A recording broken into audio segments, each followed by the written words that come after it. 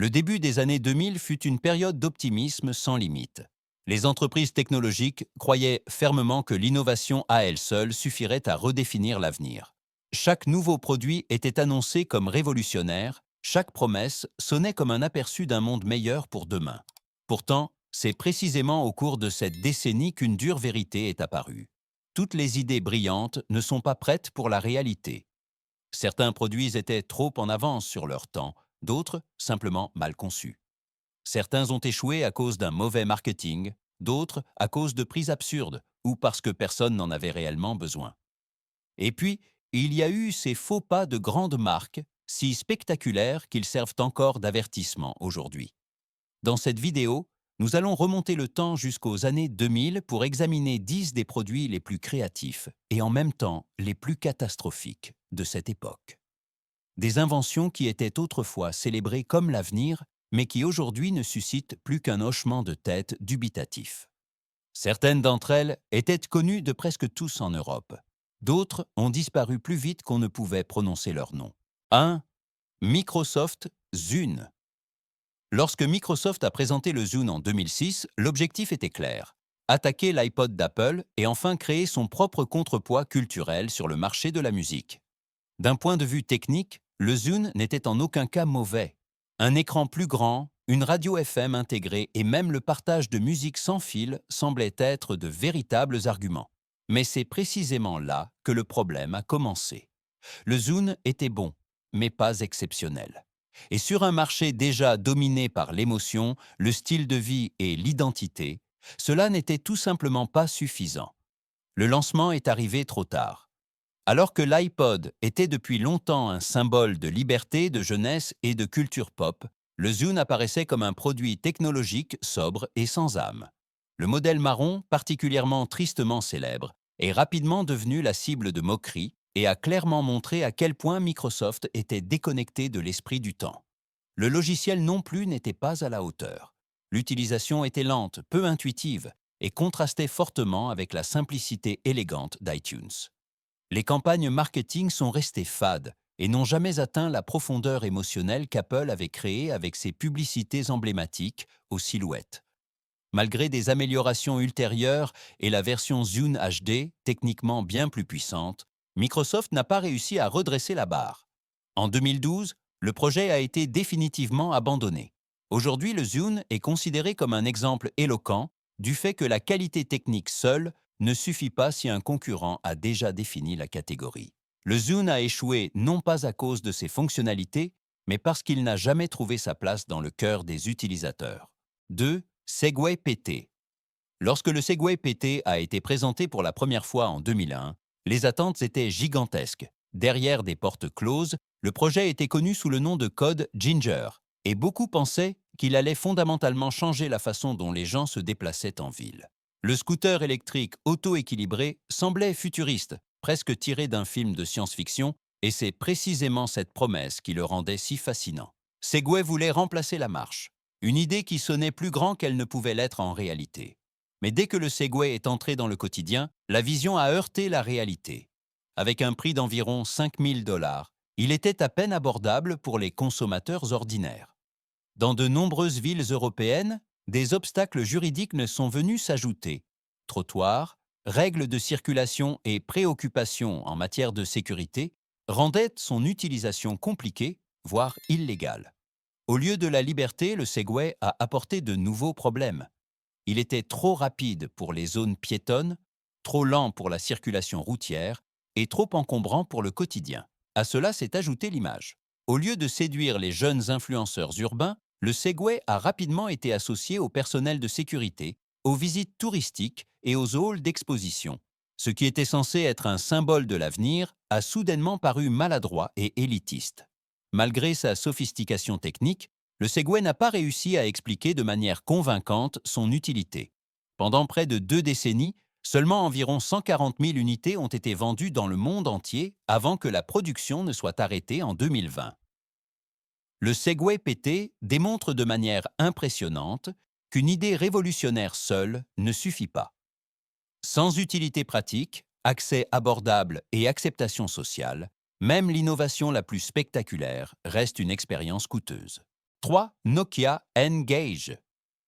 Lorsque Nokia a lancé le N-Gage en 2003, le groupe finlandais voulait unir deux mondes, le téléphone portable et la console de jeux portable. L'idée semblait visionnaire, surtout à une époque où Nokia dominait le marché européen des téléphones portables. Mais c'est précisément cette combinaison ambitieuse qui a été fatale à l'appareil. Dès le départ, le design a provoqué l'irritation. Les appels téléphoniques devaient être passés en tenant l'appareil de côté, ce qui est rapidement devenu la cible de moqueries.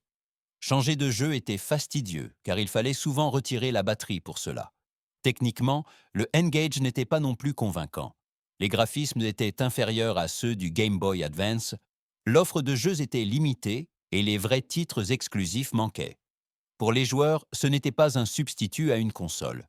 Pour les utilisateurs de téléphones portables, ce n'était pas un bon téléphone. Malgré une révision ultérieure avec le N-Gage QD, Nokia n'a pas réussi à regagner la confiance des acheteurs. Moins de 3 millions d'appareils vendus dans le monde entier signifiait un échec clair. Le N-Gage est aujourd'hui considéré comme un exemple classique du fait que deux fonctions en un seul appareil ne donnent pas automatiquement un meilleur produit. 4. BlackBerry Storm. Lorsque BlackBerry a lancé le Storm en 2008, beaucoup étaient en jeu. C'était le premier smartphone entièrement tactile de l'entreprise, et il était censé prouver que BlackBerry pouvait concurrencer l'iPhone. Pour de nombreux utilisateurs européens, le Storm était porteur d'espoir, mais cet espoir n'a pas duré longtemps. Au lieu du légendaire clavier physique, BlackBerry a misé sur le soi-disant écran Surpress, qui bougeait réellement lorsqu'on appuyait dessus. Ce qui semblait innovant s'est avéré lent et imprécis à l'usage quotidien. Le système d'exploitation n'était pas conçu pour le toucher, les applications réagissaient lentement et les plantages n'étaient pas rares. À cela s'ajoutait un grave défaut de conception. L'appareil n'avait pas de Wi-Fi, ce qui était difficilement excusable, même pour l'année 2008. Malgré des ventes initialement élevées grâce à une commercialisation agressive par les opérateurs de réseau, l'insatisfaction des utilisateurs a rapidement augmenté. Le Storm était censé marquer le début d'une nouvelle ère, mais il est devenu le symbole d'une entreprise qui a compris trop tard le changement du marché des smartphones. Pour beaucoup, le BlackBerry Storm est encore aujourd'hui considéré comme un tournant où le lent déclin de la marque est devenu visible. 5. Windows Vista. Lorsque Microsoft a publié Windows Vista en 2007, il était censé être le successeur moderne de Windows XP. Plus de sécurité, un design élégant et de nouveaux effets visuels promettaient un grand pas en avant. Mais pour de nombreux utilisateurs en Europe, Vista n'a pas été perçu comme un progrès, mais plutôt comme un recul. Le système exigeait un matériel puissant, avec lequel de nombreux PC de l'époque étaient tout simplement dépassés. Vista fonctionnait lentement, les programmes démarraient avec des retards, et même les tâches simples semblaient inutilement lourdes. Le dialogue de sécurité qui apparaissait constamment était particulièrement frustrant, car il interrompait sans cesse le flux de travail. Les problèmes de pilote ont également rendu le passage peu attrayant tant pour les utilisateurs privés que pour les entreprises. Bien que Vista ait introduit quelques innovations techniques utiles en arrière-plan, c'est surtout l'impression négative qui a persisté. De nombreux utilisateurs ont refusé de passer de Windows XP, ce qui a contraint Microsoft à publier Windows 7 plus rapidement que prévu. Vista est ainsi entré dans l'histoire comme l'un des systèmes d'exploitation les plus controversés, un exemple de la façon dont de bonnes idées peuvent être éclipsées par une mauvaise exécution. 6. Pepsi Blue. Lorsque Pepsi a lancé Pepsi Blue, au début des années 2000, la boisson d'un bleu éclatant était censée séduire principalement les jeunes consommateurs en Europe et aux États-Unis. Une couleur voyante, des publicités tapageuses et une image pleine d'extrêmes promettaient de l'attention. Et Pepsi en a eu. Mais la curiosité seule n'a pas suffi à sauver le produit. Le goût a déçu de nombreux acheteurs.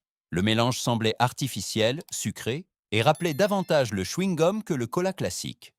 Ce qui était visuellement provocateur était gustativement décevant.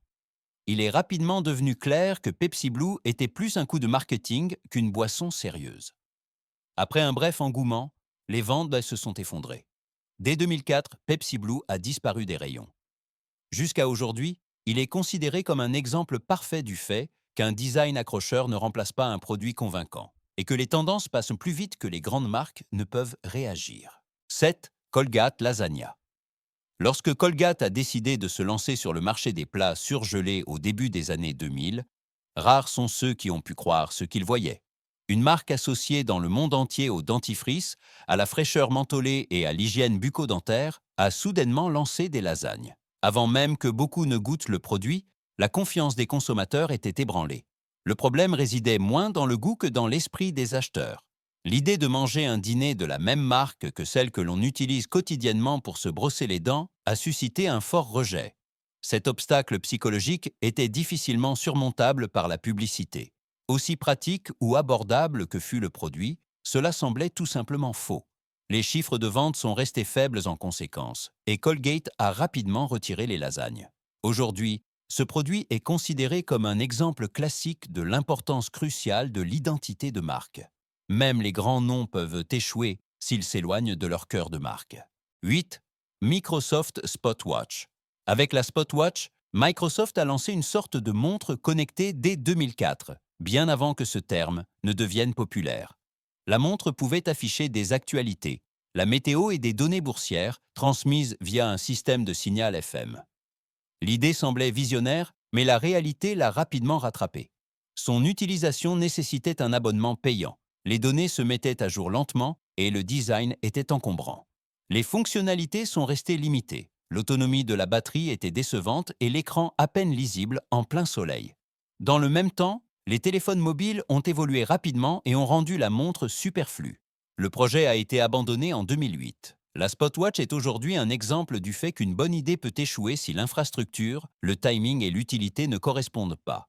Elle était en avance sur son temps, mais c'est précisément ce qui lui a été fatal. 9. Dell DJ-DT. Lorsque Dell a présenté le DJ-DT en 2005, le géant des PC voulait conquérir une part du marché en plein essor des lecteurs MP3. Mais à cette époque, Apple tenait déjà fermement le marché. Le DJ-DT n'offrait rien qui enthousiasmait réellement les utilisateurs. Pas d'écran, une autonomie de batterie moyenne et un logiciel de synchronisation lourd et lent. Le design et l'expérience utilisateur restaient interchangeables, alors que l'iPod d'Apple était depuis longtemps synonyme de style, de simplicité et d'un écosystème puissant. Sans avantage clair et sans rayonnement culturel, le DJ-DT a disparu des rayons quelques mois seulement après son lancement.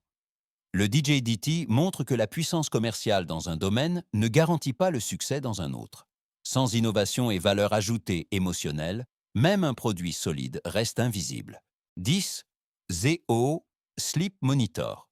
Le Zeo Sleep Monitor promettait à la fin des années 2000 de rendre le sommeil des gens scientifiquement mesurable. À l'aide d'un bandeau qui captait les ondes cérébrales, l'appareil indiquait en détail quand les utilisateurs étaient en sommeil léger, profond ou paradoxal, RM. Pour les passionnés de technologie, cela semblait révolutionnaire, mais pour le marché de masse, c'était trop. Beaucoup ont trouvé le bandeau inconfortable, les données étaient compliquées à interpréter, et l'utilité quotidienne restait incertaine. Parallèlement, des trackers de fitness plus simples sont apparus, qui nécessitaient moins d'explications et ne demandaient pas de contact direct avec la tête. De plus, Zeo n'a pas trouvé de modèle économique viable au-delà de la simple vente d'appareils. En 2013, l'entreprise a cessé ses activités et de nombreux appareils sont devenus inutilisables.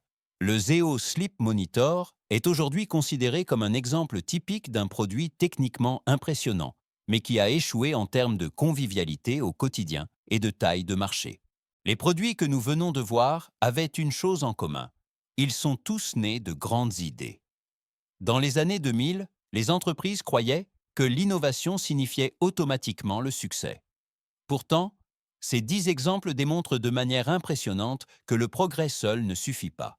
Le timing, le comportement des utilisateurs, la confiance dans la marque et la praticité au quotidien décident souvent plus que la brillance technique. Certains de ces produits sont arrivés trop tôt, d'autres ont complètement manqué les besoins des gens. Certains ont souffert d'un marketing erroné, d'autres de promesses excessives, et c'est précisément pourquoi ils sont si instructifs aujourd'hui. Ils nous rappellent que même les entreprises les plus puissantes peuvent échouer lorsqu'elles perdent le contact avec la réalité. Ce qui semble évident aujourd'hui était à l'époque une expérience risquée. Et peut-être que nos produits à succès actuels figureront un jour sur des listes similaires. Car l'innovation est toujours un jeu avec l'inconnu. Parfois on gagne, Parfois, on écrit l'histoire de la technologie de la mauvaise manière.